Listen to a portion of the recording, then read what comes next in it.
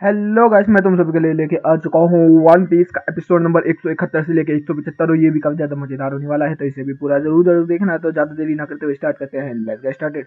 तो एपिसोड की शुरुआत में हमें क्या देखने के लिए मिलता है कि जो सांजी होता है वो तो मर चुका होता है। उतनी देर में जो सब लोग होते हैं वो बोल रहे होते हैं कि तूने ये क्यों किया, तूने ये क्यों किया। इतने में उसा बोलता है कि मैं तेरे से लड़ेगा, और वो डर भी रहा होता है। तभी वो बोलता है अच्छा ले, उसको टच करता है बिजली का झटका और उसा भी खत्म। तो इतने में बोलता है कि अगर किसी और ने जवाब निकाली तो वो भी गया। फिर हम लोग को देखने के लिए क्या मिलता है कि नामी तो बहुत ही ज्यादा डर जाती है, जिसकी वजह से वो तो बिल्कुल भी नहीं बोल पाती है। तभी बोलता है कि चलो, अब मैं 6 साल पहले यहाँ पर आया, तो 6 साल पहले तेरे से मुकाबला किया और फिर मैंने तेरी सल्तनत पर कब्जा कर लिया। तुझे पता है अब मैं क्यों निकल के आया हूँ? क्योंकि अब मैं हूँ पीछे गोल्ड के। तो वो कहता है क्या गोल्ड? फिर वो बोलता है कि हाँ गोल्ड।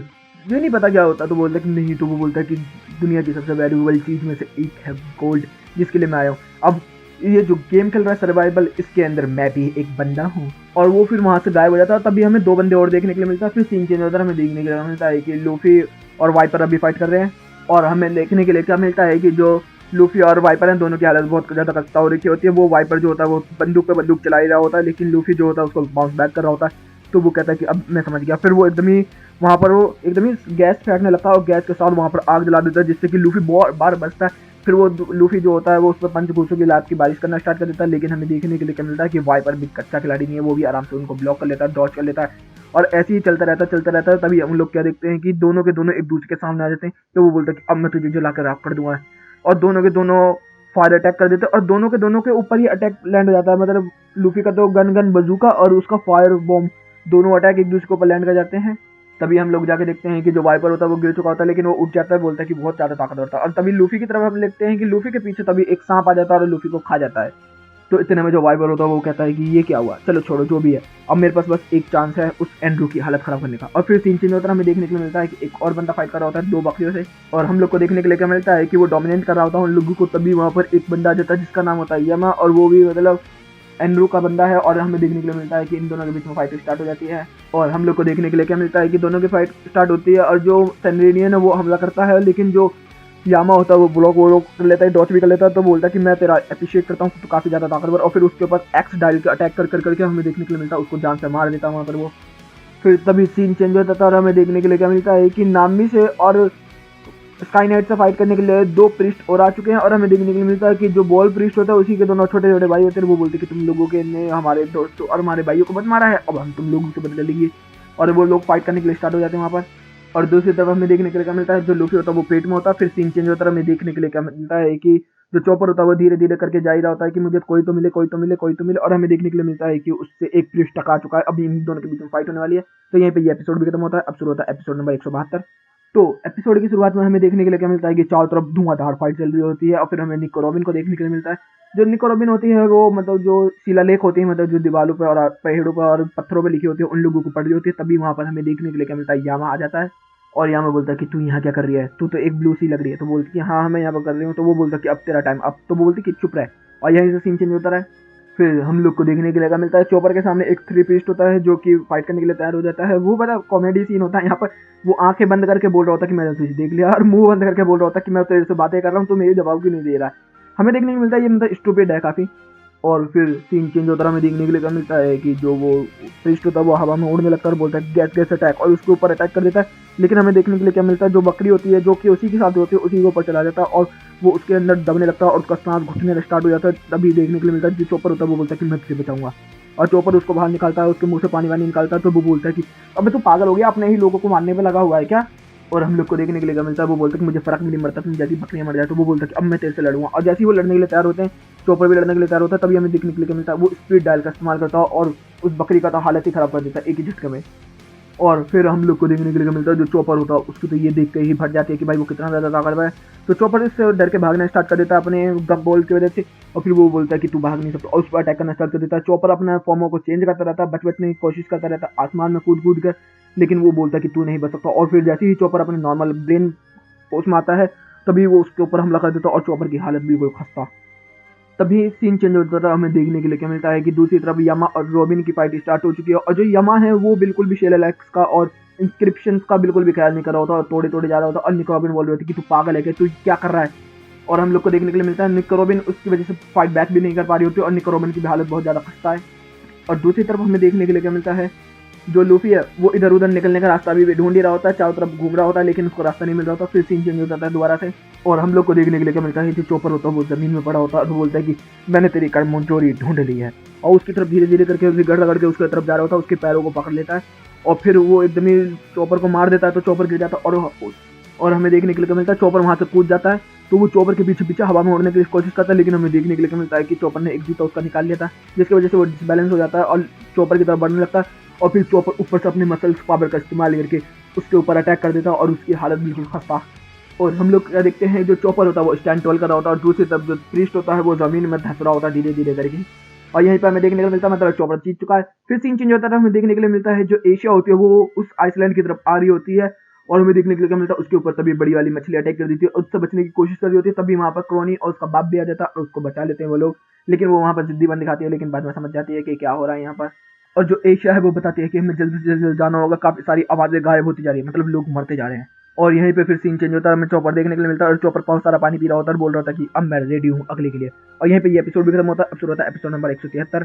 तो एपिसोड की शुरुआत में हमें देखने के लिए क्या मिलता है कि जो कवारी होता है वो मतलब जंगल की तरफ अंदर की तरफ घूम रहा होता है। तभी हमें देखने के लिए क्या मिलता है कि वो देखता है कि जो एंड्रू है उसने एक बंदे की जान ले ली होती है उसको बिजली के झटके मार के। तभी कवारी और एंड्रू का एक दूसरे के सामने आमना सामना होता है।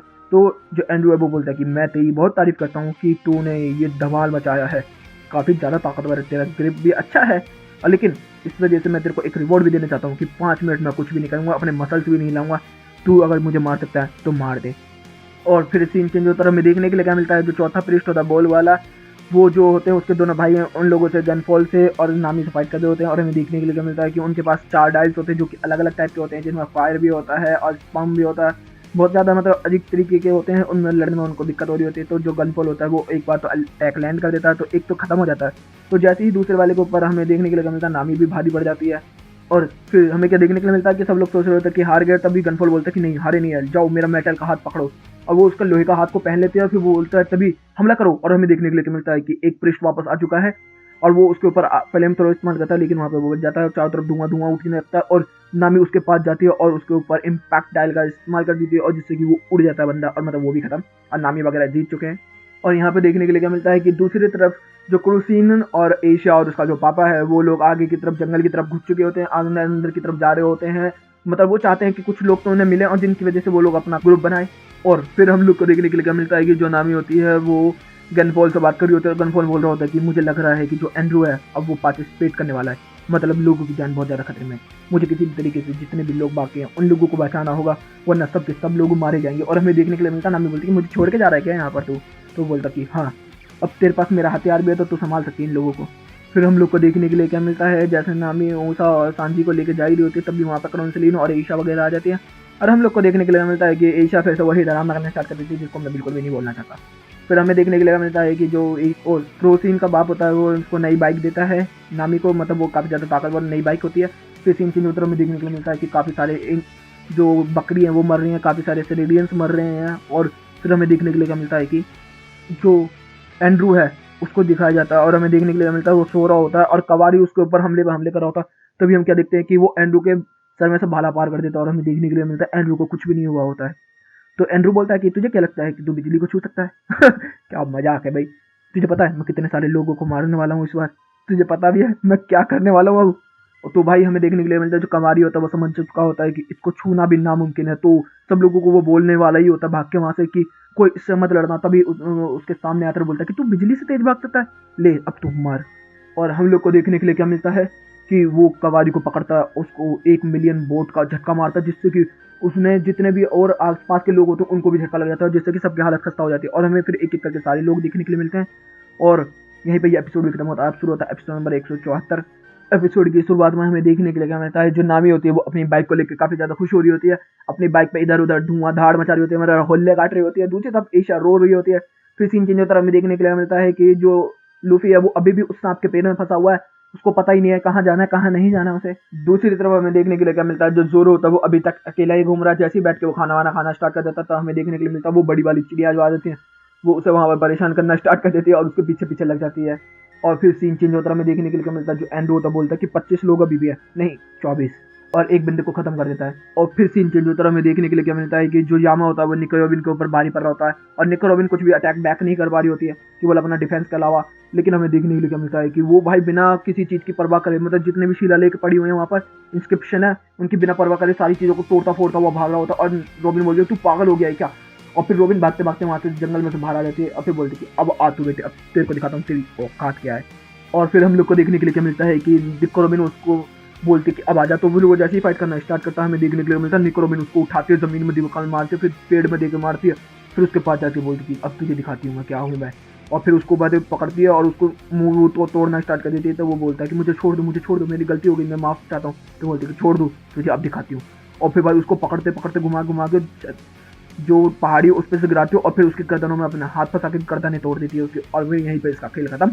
और फिर हमें देखने के लिए मिलता है जो निको रॉबिन होती है वापस वहीं पहुंच जाती है जहाँ पहले से एक थी। और फिर हम लोग को देखने के लिए क्या मिलता है, निको रॉबिन उस जो टनल होती है वहाँ पर घुस जाती है, धीरे धीरे करके अंदर की तरफ जाने लगती है और उसको काफी सारी चीजें देखने के लिए मिलती है। बहुत अलग अलग तरीके की चीजें होती है वहाँ पर पड़ी हुई, सब चीजों के बारे में देख रही होती है। फिर हमें देखने के लिए मिलता है कि वो एक पैलेस के अंदर घुसती है और फिर वहाँ पर वो जमीन में बादलों में जमीन में काट काट के नीचे की तरफ रास्ता बनाती है और उसको एक और रास्ता मिलता है। फिर वो उनको काटते हुए आगे की तरफ बढ़ती है और हमें देखने के लिए मिलता है एक लाइट, और फिर उस लाइट के आर पार जाती है वो। और हम लोग को देखने के लिए क्या मिलता है कि उसे धसा हुआ सेनेरियन, मतलब कि उन कबीलों वालों का गांव मिलता है और वो बहुत ही बड़ा होता है। और तभी वहां पर उसे एक और शिलालेख मिलता है जो कि मतलब पहला वाला था जैसे अलाबास्ता में था, और वही होती है सिटी ऑफ गोल्ड। मतलब पॉलीग्रिफ भी मिल गया, सिटी ऑफ गोल्ड भी मिल गया, सबके बल्ले बल्ले। और दूसरी तरफ हमें देखने के लिए मिलता है कि अभी भी सारे कैरेक्टर स्ट्रगल कर रहे होते हैं इधर उधर। और यहीं पे एपिसोड भी खत्म होता है। अब शुरू होता है एपिसोड नंबर 175। तो एपिसोड की शुरुआत में ही हमें देखने के लिए क्या मिलता है कि जो चोपर होता है वो एक बड़े से जाइंट पेड़ के ऊपर चढ़ रहा होता है जैसे जैक इन द डेन वाले शो में होता है। और हमें देखने के लिए मिलता है वो चढ़ते चढ़ते एक आसमानी पैलेस पे पहुंच जाता है। फिर वहां पर एकदम ही वो टेढ़ा हो जाता है और उसे बहुत बड़ा कुत्ता देखने को मिलता है।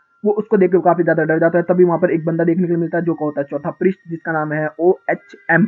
मैं यहाँ पे इसे OHM ही बोलूंगा, मैं इसे ओम नहीं बोलूंगा क्योंकि हो सकता है कि कोई ऑफेंड हो जाए। इसके बाद हमें देखने के लिए क्या मिलता है कि वो बोलता है कि मैं यहाँ पर सब लोगों को प्यार से रखने के लिए आया हूँ, मैं यहाँ पर सब लोगों से प्यार करता हूँ।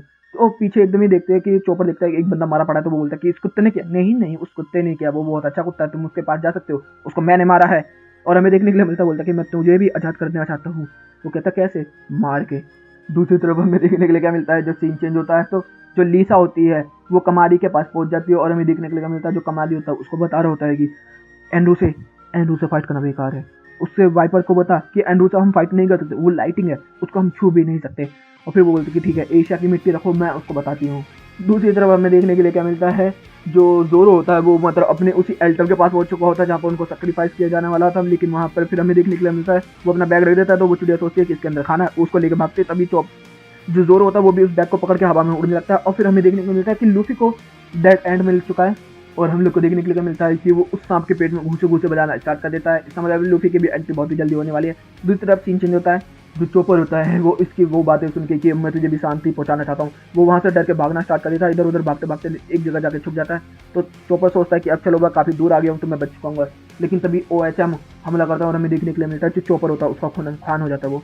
दूसरी तरफ सीन चेंज होता है, हमें देखने के लिए क्या मिलता है कि जो नामी होती है वो एशिया को रोक रही होती है क्योंकि एशिया उसकी बाइक को लेकर भाग रही होती है। तो वो बोल रही होती है तो पागल हो गई है क्या, मेरी बाइक लेके क्यों भाग रही है। तो इतनी देर में हमें देखने के लिए क्या मिलता है, वो सांप भी उधर की तरफ भी आ जाता है और अंदर लूफी घूसे घूसे बजा रहा होता है। तो भाई वो तो हमला करना स्टार्ट कर देता है चारों तरफ। और जो नामी होती है वो इतना डर जाती है कि वो बाइक को लेकर भाग जाती है वहां से और जंगल के बीचों बीच पहुंच जाती है। दूसरी तरफ हमें देखने के लिए क्या मिलता है कि जोरो आसमान में उड़ रहा होता है और वो सांप वहां पे भी निकल के आ जाता है और उसको खाली कोशिश करता है। तो वो बोलता है अबे तू पागल हो गया है, ऊपर उड़ और ऊपर उड़। लेकिन हमें देखने के लिए क्या मिलता है कि वो जोरो को आसमान से नीचे गिरा देती है चिड़िया। और दूसरी तरफ हमें देखने के लिए क्या मिलता है कि जो वाइपर होता है वहाँ से लूफी की फाइट के बाद वो सीधा सीधा चढ़ते चढ़ते OHM की तरफ ही पहुंच चुका होता है। और हमें देखने के लिए मिलता है कि OHM और वाइपर एक दूसरे के सामने खड़े हुए हैं। तभी वहाँ पर गनफॉल भी आ जाता है, मतलब स्काई नाइट भी आ जाता है और वो बोलता है कि तुझे शाइन के ऊपर जाने की जरूरत नहीं है, शाइन बिल्कुल तबाह हो चुका है। और हम लोग को देखने के लिए क्या मिलता है कि गनफॉल बोलता है कि अब तुझे और ऊपर चढ़ने की जरूरत नहीं है, यहीं पर तेरा काम खत्म होगा।